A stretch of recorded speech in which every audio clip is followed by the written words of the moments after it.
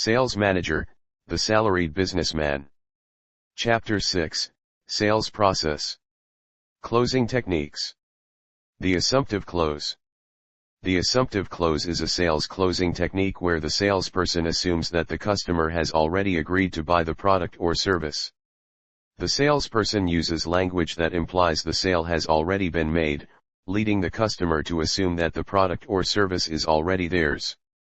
For example, a salesperson selling a car might say, "When do you want to pick up your new car?" instead of "Do you want to buy this car?" This assumes that the customer has already made the decision to buy the car and just needs to decide when to pick it up. The assumptive close can be an effective technique when used correctly, but it can also backfire if the customer is not ready to make a buying decision. It's important for the salesperson to read the customer's cues and make sure they are ready to close the deal before using this technique. The urgency close. The urgency close is a closing technique used in sales to create a sense of urgency and encourage the prospect to make a purchase decision.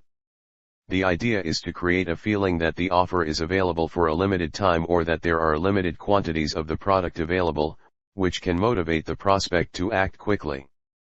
To use the urgency close, the salesperson may use phrases such as "This offer is only available for a limited time" or "There are only a few left in stock."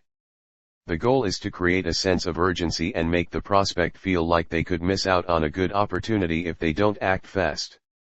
This technique can be effective, but it's important to be honest and transparent about the urgency.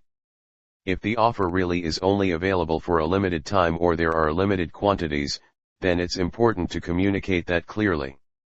However, if the urgency is manufactured, it can damage the salesperson's credibility and ultimately harm the relationship with the prospect.